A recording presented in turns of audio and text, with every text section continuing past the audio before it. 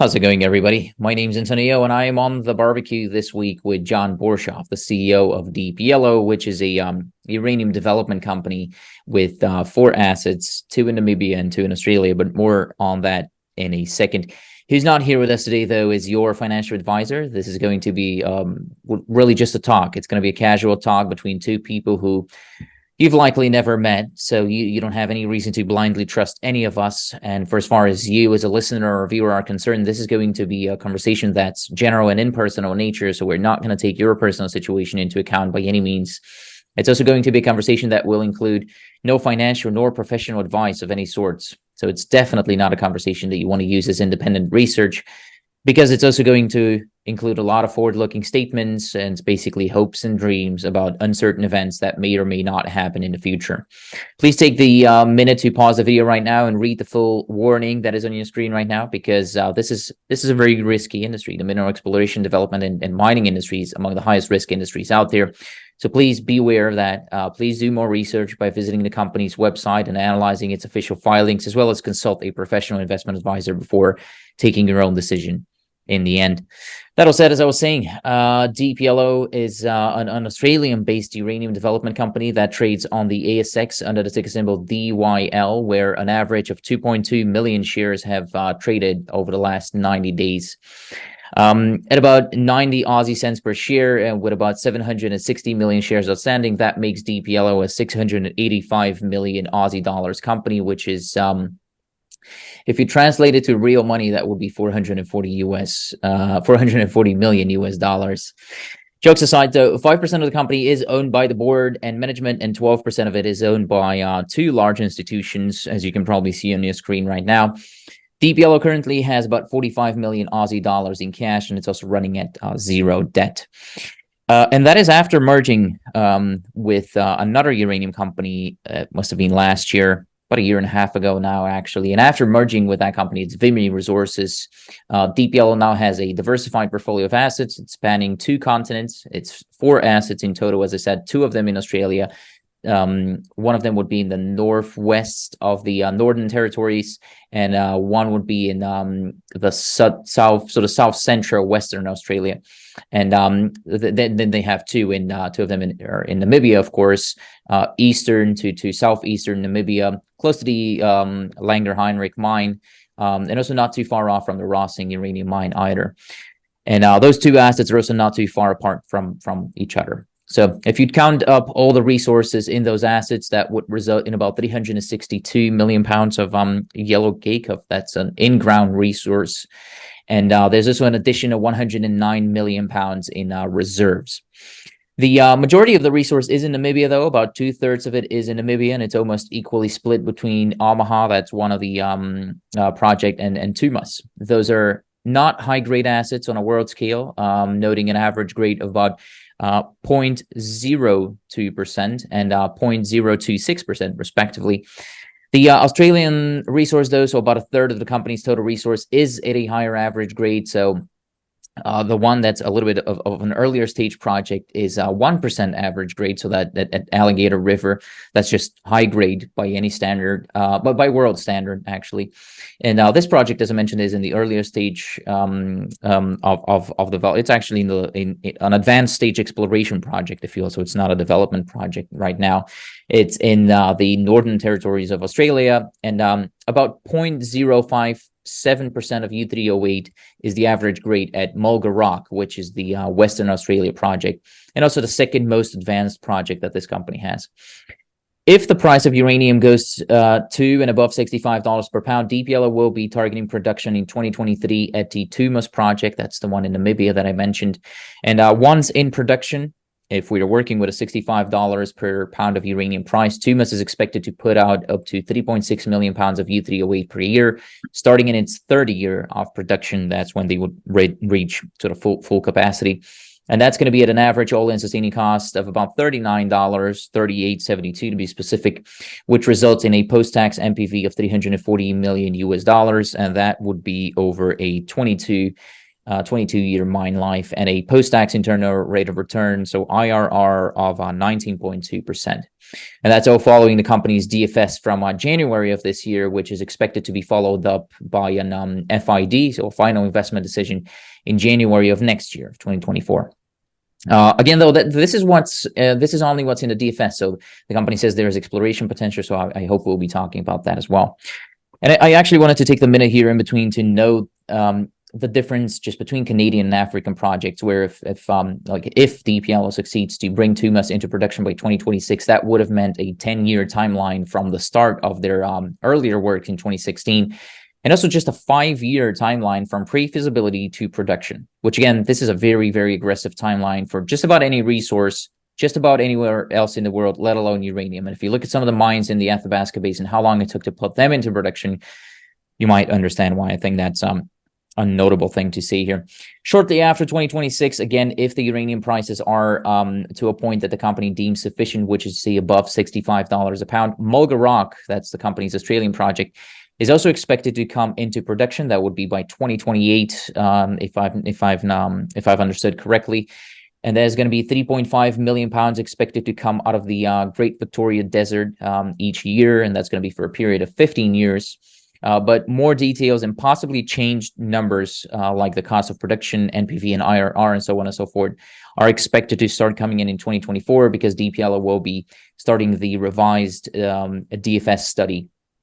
DFS, definitive feasibility study, early next year, with the hopes of, again, improving the project's economics and potentially the life of mine as well.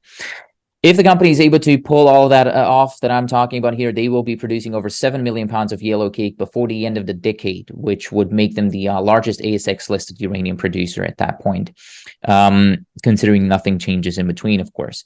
DPLO, as I mentioned, has 2 more projects, though, one more in Namibia and one more in Australia. They're both advanced stage exploration projects, one of which is of interest to me, as I mentioned earlier, because it's an unconformity-related uranium deposit. This is the type of deposit that you would typically find in the basin in Canada, in the Athabasca Basin.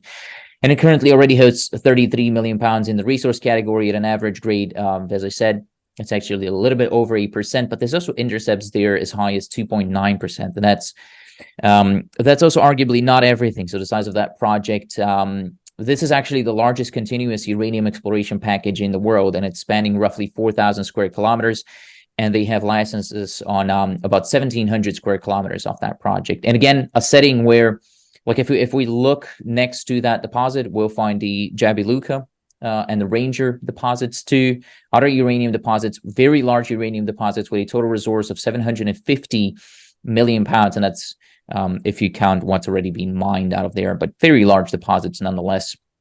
And then finally, the Omaha, that's a basement-hosted deposit in Namibia, which is currently, as I said, it's about 125 million pounds of yellow cake at a lower grade. That's of 0.02%. But again, the company says there is potential for more discoveries there, as only half of the basement zone has been tested. But as far as I understand it, that's definitely not the main focus here, though again, I'll touch upon that as we move on. What should be the focus for me now, though, is shutting up already and giving the word to the CEO. So John Borshoff, thank you for investing your time with me, sir. Great to be with you, Anthony. Pleasure is all mine, of course. We were chatting actually before the interview, and it turns out we share similar roots. So I'm really looking forward to this conversation. We actually been working towards getting this interview for a couple of months now. So again, I'm happy we finally made it work, and I am looking forward to it.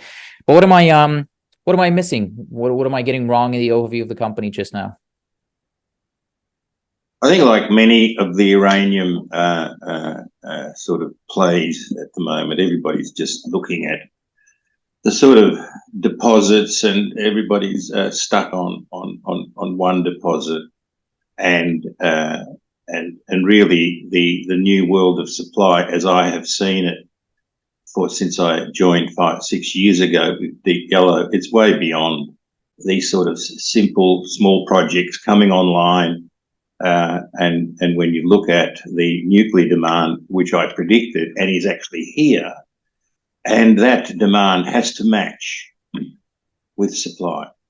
It has to match with companies of a size, of a footprint, with comprehensively sort of established teams, that are really looking forward and anticipating the future, and not trying to race down to the bottom of the hill, trying to get into production as soon as possible. This is not my interest. My interest has been, even when 6 years ago, when uranium price was $20 a pound, I got Rick and to support me in a vision I had, which was developing own projects and consolidating a sector, which I think is absolutely in need of, and like no other industry in the world. It's just been hacked, decimated, managements have disappeared, residuals left after Fukushima, and here's now a bunch of hopefuls trying to get together, most of which have never built a uranium mine, and trying to come up to speed after sitting on their haunches on their single deposits, as I say, a little bit over the years at DFS, tweaking it up, getting another $1 a pound out of it, which was really missing the main point. The real value was to get long life mines, diversity, and that the nuclear would come in. The low grades don't bother me at all. I turned Langer into a grade A deposit running on bloody 500 ppm. It's not just the grade; it's a whole host of things that make a viable, valuable deposit. And when you look at Langer, we were producing at about a $29 cash price at 500 ppm. I had guys in Cameco, senior guys, came over and said, "Goodness me," he says, "here's us dealing with the heroin of uranium at 10%, and we're at $20 a pound." So grade is not king. There are other issues with deposits. There are huge other aspects to deal with in a total sort of holistic way. So we are professionals at low grade deposits. We will achieve our sort of schedule. One of the things that I'm sort of absolutely emblemed with is that my word, my vision, and the realities happen. It's happened with Palladin. It's happened with phase 1 of Deep Yellow, to establish a scaled up company with diversity. And by the way, on a strategy, it was 5 years ago, when there was no zero emission, when there was no need for diversity, because the Russian and all of that balance. And now on all aspects, the efforts of Deep Yellow had given it a position which totally differentiates it from most others. I was not intending on kicking it off here by talking about money, but let's talk about money, because the capital expenditure to put Tumas into production is it's not low. I mean, it's many millions of dollars, hundreds of millions of dollars, and you don't. If the uranium price keeps going as it has been, it will soon surpass your threshold of $65 per pound.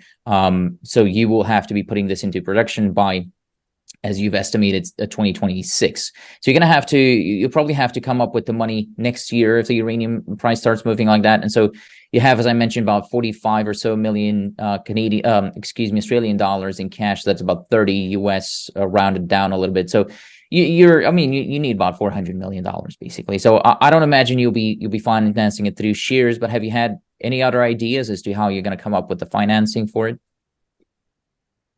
We're just going to build on the credentials we built, how we got Langer Heinrich going.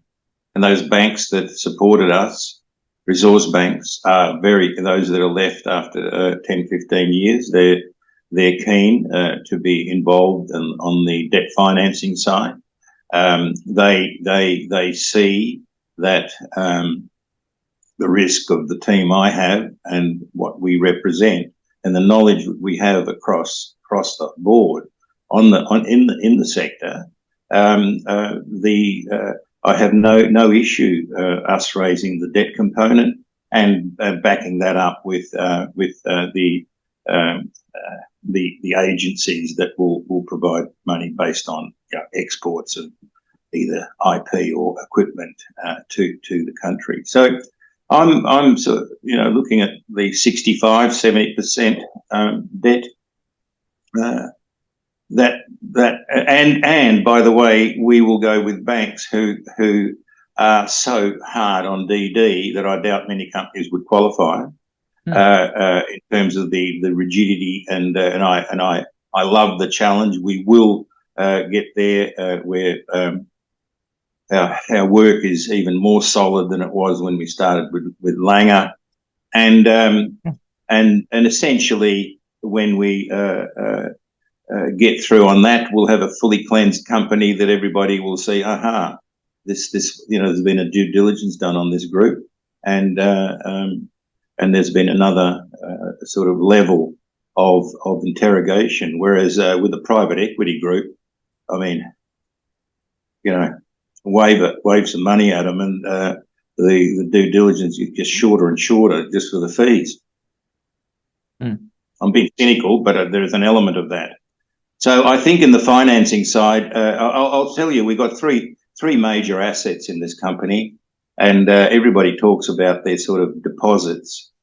But those deposits, without teams of a real sense, which is the third asset, is what makes a company, is what gives confidence to utilities, is what, it's not just getting a contract and rushing to these bloody contracts. And I see some of the Canadian people are now saying we're steering clear of that because the utilities haven't sort of seen the light as far as I'm concerned. And look, I'm not rushing. At 65 might reach. I might change my mind and say it's 70, 75. I've got my own idea where the market's going to, and it's proven me right. When we were doing and spending all this money on the PFS, DFS, and the uranium price was way out of whack, it didn't worry me at all. The board knew that where we were heading in the sort of late 23 and the early 24 period was the period where things would start to tighten up. Now even more exacerbated by this resurgence of nuclear, which hasn't been implicated by most analysts. It absolutely hasn't. I mean, all that people are talking about at the moment is the relationship between producers and utility, and they haven't realised that there's another gorilla coming into the market, which is the vendors of the reactors of where there's going to be built another 300-400, which are needing to absorb product so that they could undertake their responsibilities and what they can deliver to their clients, which is a reactor on the ground with a full fuel tank, if you like. So I believe that we are going on the right path. We're looking beyond.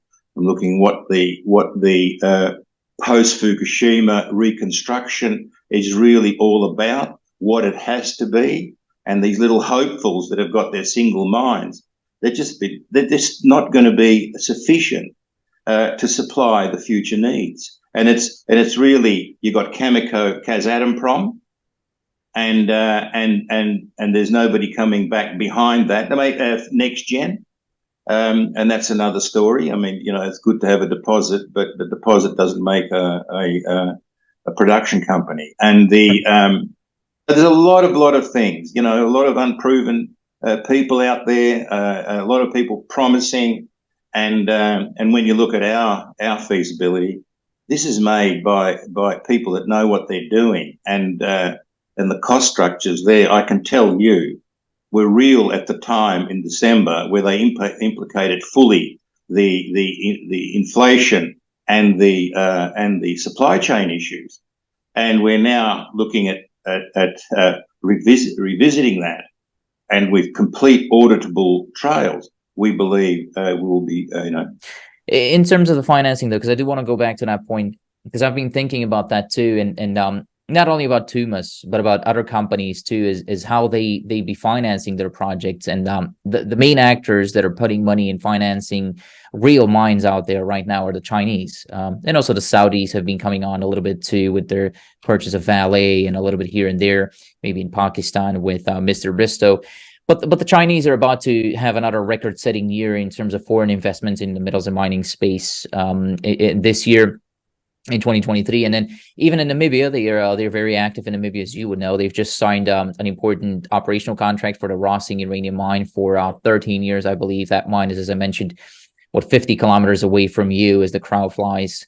And you've already dealt with the Chinese in your Palladin days as well. So is there an option, because you say 65 to 70% might be financed through, it's going to be financed through debt. Is there an option, or like, are you willing, maybe a better question here, to explore an option where the financing, they're financing you and coming in as a partner? Simply no. The value of Deep Yellow is to be an independent player in the uranium space, and not. I mean, China is a very important part for the future, and the easy leg up would be to compromise yourself and get associated there, but you'll find that in Australia and possibly even Canada, there will be much resistance in terms of Chinese money coming into those companies. There are other opportunities, and I would not consider a relationship or a strategic relationship. I'm not interested in a pre-selling product where you get the money front up and then you pay the ferryman for the next bloody 10 years on reduced operating costs because you're paying back in kind. The sort of getting the debt through. So yes, there are ways. We believe we are uniquely situated where we can discuss strategic associations because of the team, because people will say, yes, well, these guys have done it, and most of the people you talk to are bloody explorers, and they're they've got a jet fighter out on the bloody tarmac, and it looks good, it's pretty, it's all fired up, and then you say, well, okay, Mr. MD, hop in that cockpit and bloody fly the bastard of a thing and do some action. Oh, geez, that's another story. So these are real issues that you've got to look at the uranium sector and where its strengths are. This huge sort of need for future supply, and the teams that are around to support that, and that's why I think we will open doors that few others can do. They're just, as I say, locked into their single deposits, and the only one that has scale is NextGen, and all of this are sort of players of 5 years, 8 years. And they run out of ore, hoping that they'll have some production as they're going along, and no diversity. So these are elements of a horrific period that has occurred and has been exacerbated by Fukushima, and it's fairly left a fairly sort of fairly broken down supply system, and you should recognise that. I mean, it's been sedentary for 11, 12 years, apart from the last year and a half. It's very few people have invested in teams because I'm saving money, and I'm an MD, a board that's been there probably beyond its use by date, and now I brought another person in. That doesn't make a team. This is a complex business that requires across the technical, financial, governance, marketing, you name it, and those are the elements that I think there hasn't been enough investment in terms of strengthening up a sector that can't stand fools. Over. Couldn't agree more. It also seems that we're also not investing in creating those people for the next generation either, because the number of people graduating with any relevant degrees to this sector has been dropping consistently, and it's only recently spiked a little bit, but not a lot. So, but just to be clear, when you talk about governance, are last time around when you were running Palladin, you kept mostly exposure to the spot market. Is that the strategy for DPLO as well? That is, I mean, just think about it. We started off with £0, right? And this is where people don't understand the business even. Every other company that we were involved, that was involved at that time, had plateaued production, be it Ranger, Rossing, Cameco, and they had got their term prices up to 80% of their production. Yeah. And so they had long contracts out. You take a new company where it has got zero production, so it will then say, look, I've got a capacity to produce, let's say, 5 million pounds, and I'll be commissioning and doing it in stages. And you need to commission and you get to 1 million pound or 2. Well, all you'll do is do your term for what you know you can deliver. So everything was working okay with Deep Yellow, with Palladin. And so, we went from 0 to 8 million pounds.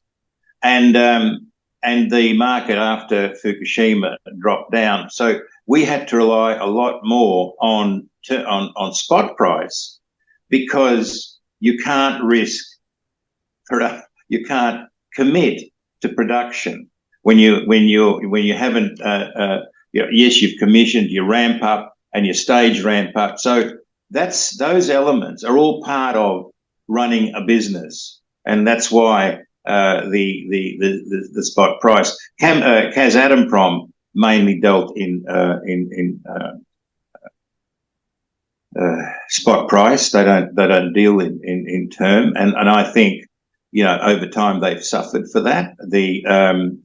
And one of the reasons we didn't, with Palladin, we were very much encouraged by the Russians to join them in Kazakhstan. But I didn't do that because you couldn't negotiate contracts in an open market that had term base prices contracts, because the suspicions of the Kazakhs, that somebody was robbing them. So that's why and there are strategies how to accommodate that. But going into the shallow end of the pool head first, thinking, my design is 5 million, and I'm now going to sort of fill it up with contracts. And most of the guys, are probably not that technical, and to get to sustained, design performance, it takes time. It could take 12 months. It can take more, whatever. But your contract, and then any excess to that, what you've termed, goes into spot until you get the whole thing in balance in terms of your production profile. Yeah. Yes. And correct me if I'm wrong, by the way. I've worn a diaper for longer than I've had facial hair on my face, so I don't exactly know what I'm talking about. But it's a balancing act, right? You have to be able to, like in your case, you have to be able to sustain profitable production for over 22 years at Tumas, and uranium is as cyclical as they come. So, do you expect the price of uranium to climb above those 65 and then stay there up until 2050-ish? Like, I mean, is that doable? Can you sustain a profitable business for that long of a period of time on mostly spot focused deliveries? Well, if spot price was $100, of course you can. So now let's talk about lithium, right? And you're talking to the lithium guy 4 years ago, and I was involved a little bit on the side of a really good lithium play. And it was $500, $450, and everybody, maybe 800 will be a good number, and this is for for hard rock, and bam, it goes up to 7,000, back to 3,500, and hydroxides are up to 30, up from 10s. And why is that? Is because of the unbelievable demand that will happen. Well, you better believe it. The demand for uranium will be driving a tight market, and I believe the price. The utilities, I would only wish they could hold it at $70 because there is a supply demand. There's a whole raft of issues. You've got the Chinese that have announced that they will want to build 400 gigawatts of nuclear power by 2060. Now that's 400, right? Listen to this. This is the total nuclear output today, just China's by 2060. They've already declared they're going to do 150 by 2035. That's known, and they're building their 10 a year, and they'll get to that number. Mm. But those 400 gigawatts, which is about 400 reactors, will only be 18% of their output. Now, this is actually told by the chairman of these utilities. They don't talk and spruik out of their arse numbers and just like somebody entrepreneur. These are serious numbers. So that's something. And the Americans, in one way, Dowie said, look, we need that's a 7 times increase. The Americans saying we need a 3 times increase by 2050 to hold the course and to have the balance between nuclear and other renewables to achieve targets. Every other country below that of the 14 major ones, be it Japan, you can see it before your bloody eyes. The turnaround in Korea, what's happened in France, what's happened in Switzerland, in Sweden, where they've been the leaders of saying, fossil free, no, renewables 100% by 2050, and now they're saying, and change laws within a matter of weeks, that it's got to be fossil free by 2050. Mm-hmm. Fossil free, breed, proxy, nuclear. So all of that is a massive rebuild, where now we're going into a nuclearification that is supported by 3 categories of reactors: the big beasts, the 1,000 sort of megawatt plus, the SMRs of 200 to 300 megawatts, and what the few people talk about is the micro reactors that are going to be dominated by corporate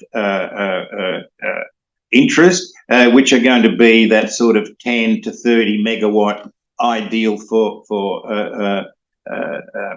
mine sites, isolated. There's militaries, and all of a sudden, oh yeah, I know that, yeah. Well, bloody well, implicated in terms of demand for uranium, implicated in terms of who are going to be implicated on what sort of supply company does it have to be to have influence and meaning in terms of supplying over and above 10 million pounds per annum on a sustained 20, 30 year life, and which is what the Cameco's and the Kazatomprom ones are delivering. So there are big challenges up ahead, and Deep Yellow is preparing and is positioning itself exactly, and that's why I say Deep Yellow is differentiated from all other uranium hopefuls. I agree, and I think I understand that part too. I'm sorry for cutting you off there. I understand that part where if the uranium price goes much higher than it is right now, which it really should, then you're doing a good deal, because you're basically moving the risk reward boundaries. So you're removing the reward boundary where you can have a higher reward if you're spot reference, but you're also increasing the risk by doing that too, right? Risk is reward, old son. Yeah, it's true. It's true. That's good said. It's well said. Yeah. And risk is not only sort of jumping and hoping you'll land on your feet. A risk is controlled by professionalism. Really having an understanding of the market, understanding of your competitors, understanding very much in terms of where the utilities are going, and understanding that the utilities are being pushed for the first time by top-down policies, which is governments finally saying, for God's sake, let's get more nuclear, because these utilities on their own are so timid, are so bloody shaken up by what's happened over the last, since around 20, 30 years. And those leaders of those utilities that were the Elon Musks of the day and all, they're gone. These are now just guys that are just taking over a job. The risk is an enemy. They haven't got a vision, and then to apply that vision to this is where we got to go, and from that reward their shareholders in a massive way. And that's where it is. And when you're looking at countries that have experimented, as apart from the bloody Germans, but when the Japanese, oh bloody hell, Fukushima, we're out. We're going to get everything else, bloody geothermal, you name it, and we'll make it up. Well, 10 years later, and it was so obvious, and I used to talk to the guys, and they had all of that infrastructure, and now they're looking at a clear path to getting 27 reactors back online, and probably will go. They haven't met probably to 35 reactors. So these are all aspects. Korea, up until bloody 2 years ago, they were gonna pull out of the bloody system, and now that's completely reversed. Yeah, based on an ideology that. So what I'm saying is, you cannot talk one thing without having full cognizance of what is happening in the outside. And it's not just foolish dreaming. It's not risk, but it is based on knowledge and preparedness to say, well, look, this is where and this is why. And already I believe the Deep Yellow strategy has proven profoundly appropriate. This is also probably why you're aiming to extend the life of mine at Tumas. You believe that you can increase the life of mine to 30 years, I believe, right? Yeah, and we've still got untested area. We've still got inferred resources that are we know how easily they convert, and having deposits out there that we know we can profitably exploit. It gives us a real position in terms of what we can supply our customers. We believe we'll get Mulga Rock even if not 30, 25 plus years on a completely different framework, and we're working toward that.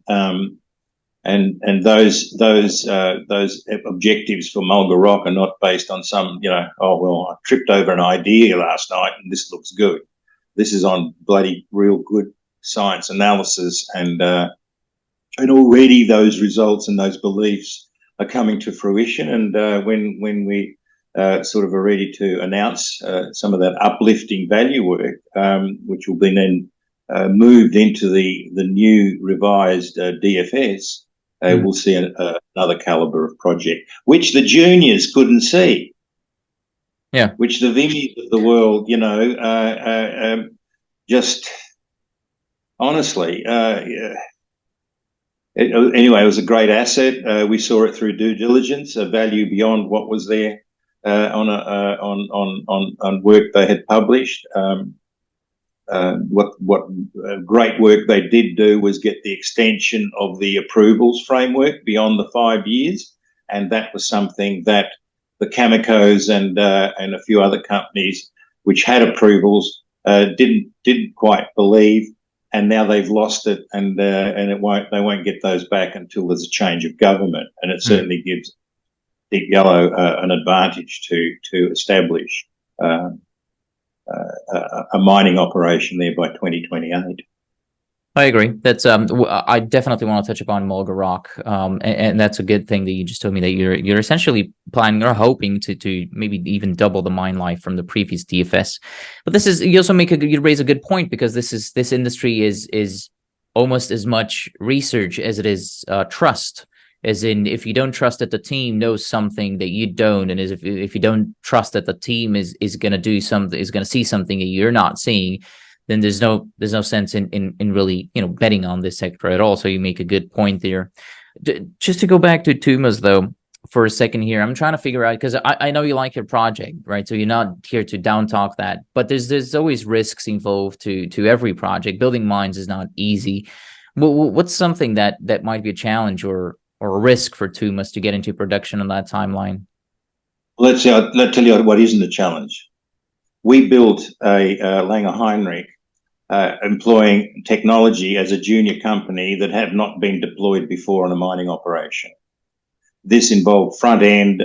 This involved the alkaline leach on conventional deposits and hadn't been sort of utilised since the 50s in the US, and membrane technology. So when we did Tumas, we used Langer as our pilot, and we knew where we'd improve. We knew what we can, what we knew were inherent structural problems, because it was the first model. This wasn't just a Back to the Future, build another Key Lake operation or something that had been built 20 years, 30 years ago in the more traditional way. So what we have now got is a project, a processing, which is a Langer on steroids.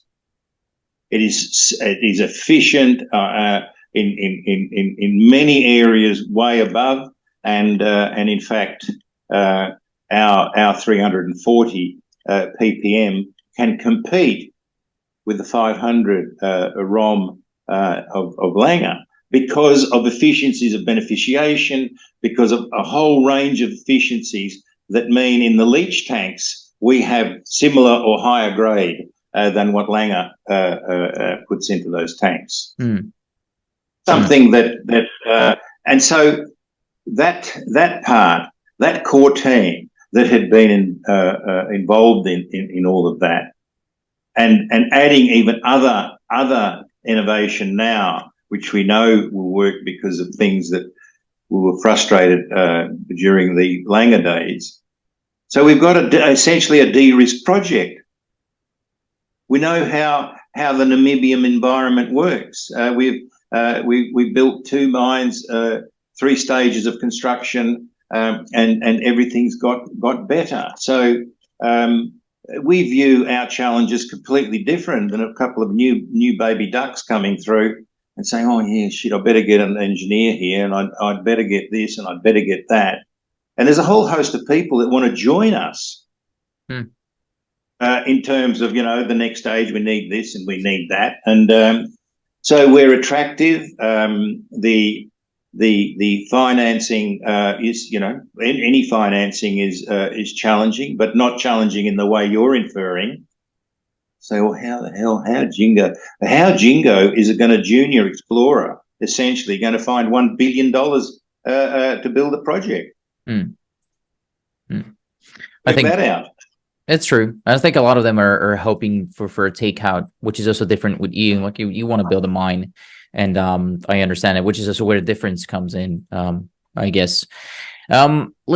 Okay, and in terms of licenses and all the rest with Tumas, that's like local support, ESG, everything's fine. Yes, our EIS has been submitted. It's a bloody marvelous document of competency and responsibility. It's in with a very thorough, environmentally conscious department, the Commissioner of Environment, and we're getting early signals that that's moving positively, and we think the mining lease,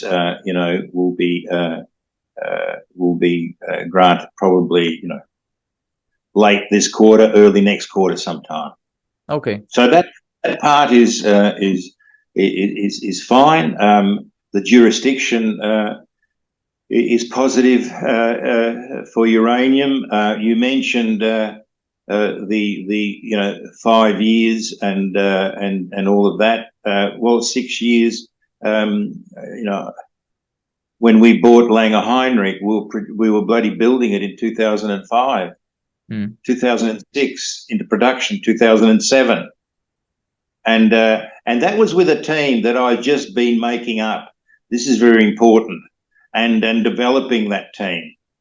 And here's now a team that has done that, much more mature, very much more knowledgeable, and learning from that. So Palladin, a Deep Yellow, coming into this era, not just for Tumas, but also for Mulga Rock. It's a completely more able team than it was when we were in the formative stages.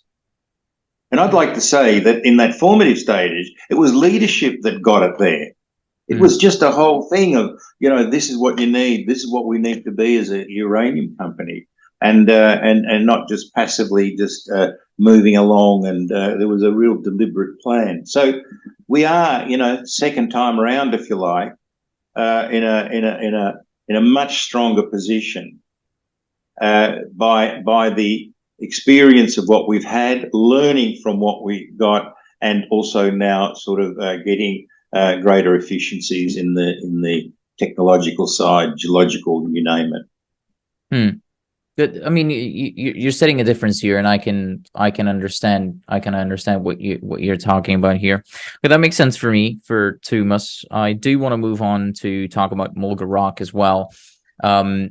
You're about to start the process of a renewed DFS next year, as we just mentioned. Talk to me about that, costs related to that, timelines, and so on and so forth. So basically, we inherited a project that had a 2018 DFS, and we were doing the valuations in the sort of late 21, early 22. So that in itself was a dated, but a lot of good work was put into it. Good test work and everything. And basically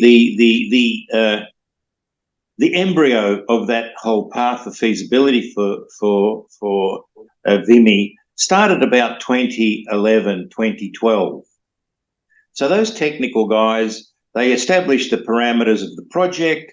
It's a uranium project, and there were some base metals, and you'll see it referred in literature that was in there, and they developed a program or a mining approach that was firstly highly selective mining, picking the plums of the uranium out of the system, and then they environmentally were asked to remove some of the base metals, mainly because of perceived issues that people saw that there will be mobility of base metals once they went back to tail. So they did some preliminary work on that side.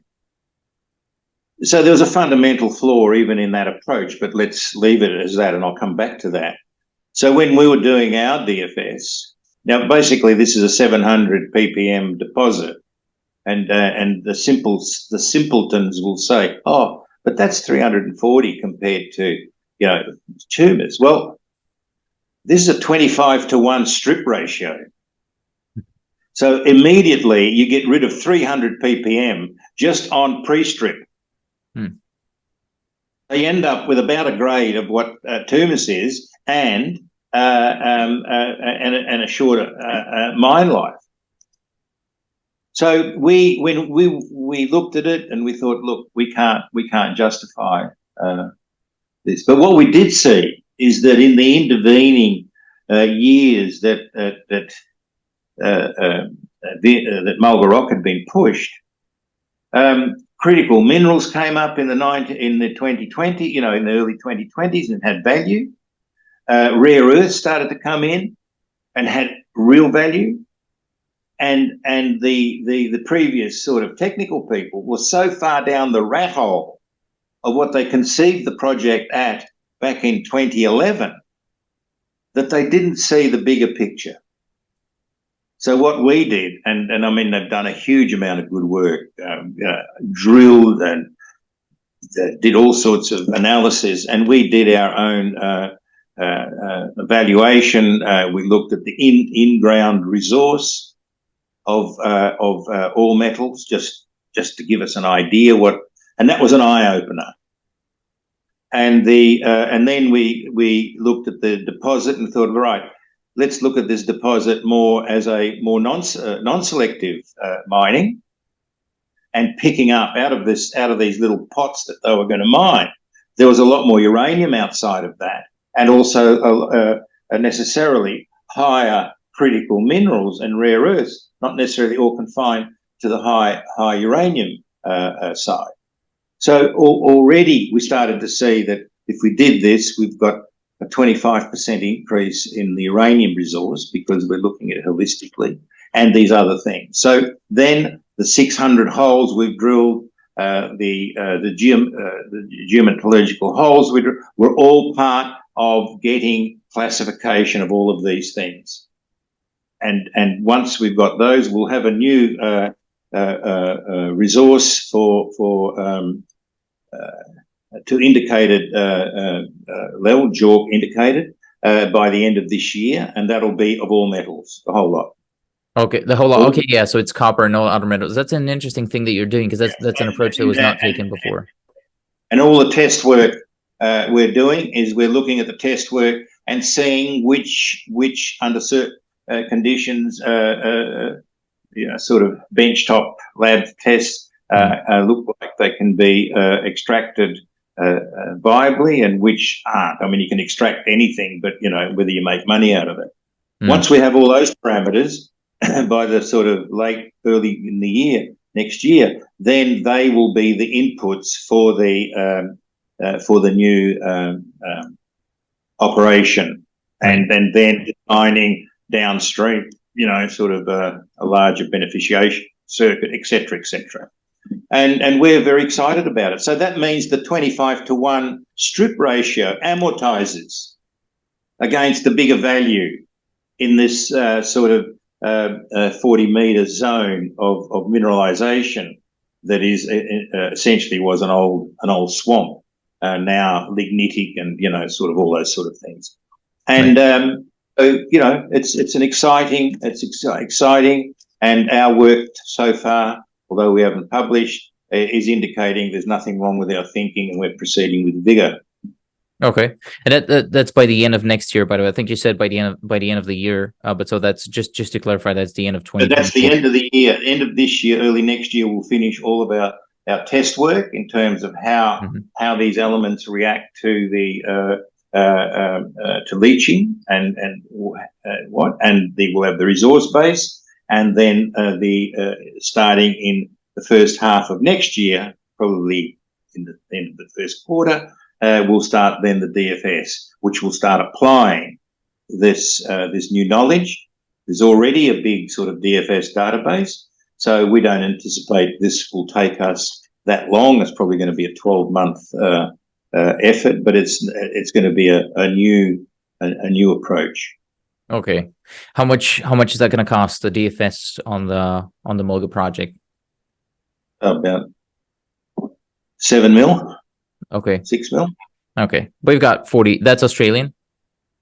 Yes. Okay. You got 45. Look, we've got enough money to do actually what we want over the next 18 months. Okay. Our capital management is exemplary, how we go about it. And so it's not as if people are saying, yes, we've had high cash burn over the last months, but this is what is going to be, going to be paying forward for us, and all the results that are going to come out of that. So essentially, the quarters ahead, apart from this one which we have finished, which had a lot of spillover of drilling that we hadn't completed in the last financial year, and once that is, there'll be a steady state of work, and everything's moving to our target, and we're not seeking any fundraising. Okay, that's a good point. That was obviously where I was going with this. And then you're planning production by the end of the decade, I assume 2028, 2029-ish? Yeah, 2020. We've got a 2028. Okay. In 2028, we are hoping that we'll get production.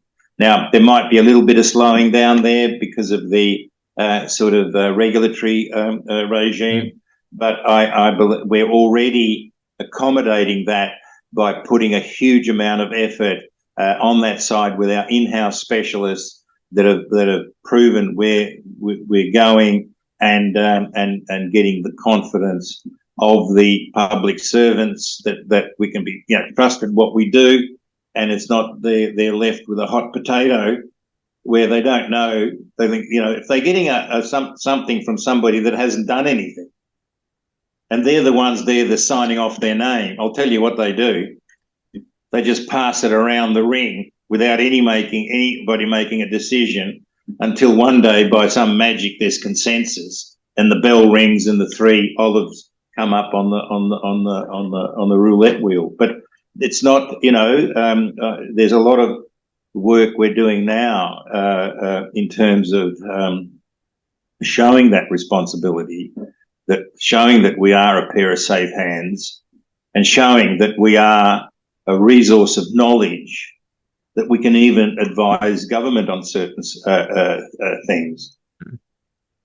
Interesting. What are we talking about in terms of CAPEX? Obviously forward-looking statements, but are we thinking more or less than 2 months? Look, I believe, without putting sort of added what happens over 4 years, but I think it'll be in the order of what we're doing. I think that I always look at the initial capital, that you're looking at about $100 to $120 a pound CAPEX. So in other words, to produce a million pounds of design, you need about between 100 million and 120 million. Which means that that's where the 300 million comes, or 360 million for Tumas. So if it is 120 to 140, it puts it still in the 400 million sort of category. I'm talking US. US, and yes, and the so that in that order. Gee, would it be easier to finance that project though, because it's in Australia and you've got plenty of natural resource funds over in Australia? Would it be easier to finance Mulga Rock than it is to finance Tumas? No. No. I don't know where you're getting this, where you're heading here. The only 2 modern mines that have been developed have been in Africa, and we developed them. Yeah. And the financing. I think where an attraction with Australia will be is that it's obviously critical metals and all of that, and we're not doing it because that's the fashion. That's how the ore body presents, and people are sort of interested. Japanese interested, both for all those commodities, and so it'll open up new courses. But I still think that we'll be looking for bank finance, which has low interest rates. We're looking at long tenor, the export agencies, which will even offer better tenors and lower interest rates. So that combination we find attractive. And the only reason we would engage in any sort of third party involvement is if I can see extraordinary uplift for shareholder value way beyond that project itself. I'm not interested in somebody coming and say, "Oh, look, we're going to take some of your cake here." But I am interested if say, "Look, yes, they'll come in, but it opens up another door that I'm thinking about and allows me to even do other things that is, I won't talk much about what they are." Then I can justify to my shareholders that I'm building real leverage here and not just looking at, this little deposit on its own. I've got sort of some help there. It doesn't interest me one little bit, somebody saying, coming in, "Oh, look, we'll help you and then we'll take some pounds off you." So my management works 100% for the 3 million pounds that it's producing. And then I'm going to say to them, "Oh, look, you'll work just as hard for 1.5 million pounds, and the rest is accommodated through other people." No, it doesn't work like that. It's got to be strategic and not just strategic to that deposit, but globally strategic. And the opportunities that are available in this world for things to happen yet are really quite amazing. Well, you're opening an interesting door there too, because, well, what would be strategic? I don't mean to dredge through the annals of history, but what do you think about what do you think about the way Palladin is being run right now? What kind of a response, emotional or rational response, does the thought of potentially merging with Palladin elicit on your end? Next question. No. Okay. No, fair enough. That's what I thought. But I'm not deflecting that because I've got some bloody unhealthy desires for Palladin. But you know, there's better things to do for value for the shareholders. Fair point. Which I assume, I assume you're alleging to exploration. Talk to me about exploration in Australia. Not exploration. No, exploration is just another side arm to the whole business. And the exploration side, as I say, we are tackling the Alligator project on a completely different way than the previous group had. We believe we're in elephant country. And all that Vimy did was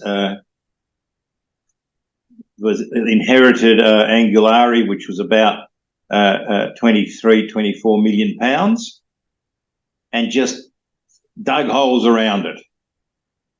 And because they needed some intersections to raise some more money and and just hand to mouth. This is a big ticket bloody project. And we're looking at it where we're redefining. We know what our exploration model is, our search models, and what parameters drive them. The whole region is now being dissected into these high priority corridors that will be identified. They will be our nurseries for new targets. And there's existing intersections. There might be a bit of current work around Angularli. And we're looking for 100 million, 150 million pound deposits, and that's how you find those.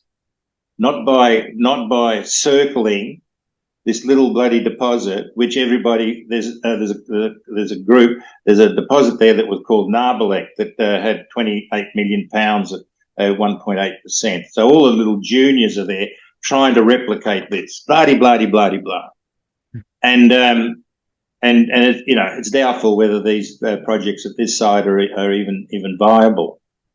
But why waste your money on that size where the region, as you said, has bred these big deposits, and they are controlled. They are they've got other things, and we're giving ourselves 3 to 5 years and prepared to put money in there, and that'll be a project that'll be available for development probably in 2030, 2031, after we've developed Mulga Rock in 28. That's then, there are other then deposits. When I'm looking for opportunity, you haven't seen a beard on me where I twirl it as a geologist and thinking, I'm going to I'm going to find a hole and I'll drill. That's fine. I think that exploration is absolutely essential. But there are so many advanced projects around. There's so many projects that people say, well, what the hell am I going to do with them? How? People will probably start some projects. They'll fail. That's been a statistic that's been around from my Palladin days. And so it's not for a lack of opportunity that I'm sort of concerned about. Just be patient, opportunistic, be fair, but offer huge leverage to your shareholders with where I think the uranium space is going. And I'm not working all my guts out for $65 a pound. I can tell you that right now. Because I don't Well, think the space is like that. It's absolutely not. People have been talking about it. Even Cameco saying, look, don't be surprised if a 90 comes up, yeah. 70, and all of these sort of things. And I don't follow a lot of people, oh, hell, Cameco said this as if it's authenticated everything. But people have been, I'm thinking I've got the beat of my drum, and that's what I'm marching to, and that's what my team is marching to, and we believe it. And when you see the stage we're at, and when you see the market cap we are holding against others, you got to say, well, why is that? Because we're creating something that's needed for the future in a completely different way than just developing one mine, which is not what the sector needs. It needs those, but in a different type of arrangement. Just for a second, before I forget, going back to Australia, going back to the Northern Territories, I assume you're not going to have any issues with government and so on and so forth, because they've got big deposits there. You're licensed on 1,700 square kilometers out of that land package, but you can move forward. You don't have to do anything more before moving. We've got good agreements with the traditional owners. There's land rights there, so the agreements are very much strengthened around that.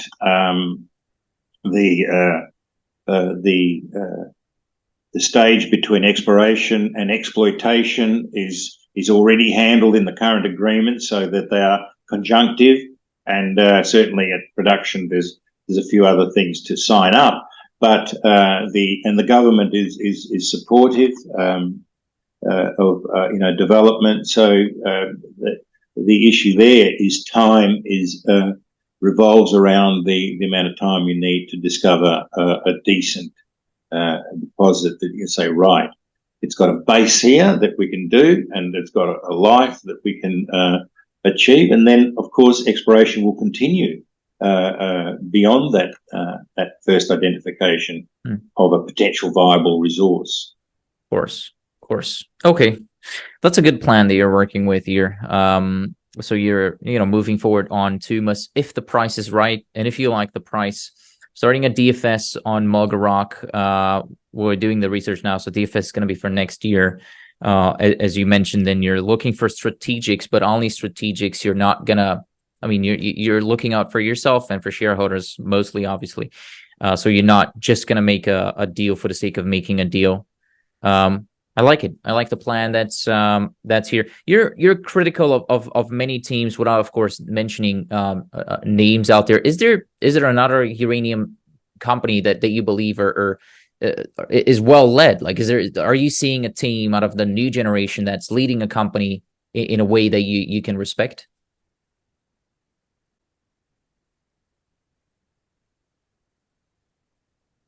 Look, I like NextGen's deposit.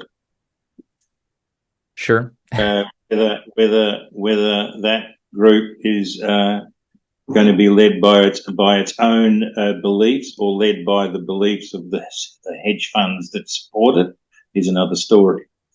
There's a couple of good operators in the US, Encore. They're competent group. They're doing well. Mark Chalmers and his group, little URI with John Cash, very little competent, but small. These are small, delicatessen type operations, 800,000 pounds. They're not going to change the dial on the big supply issues.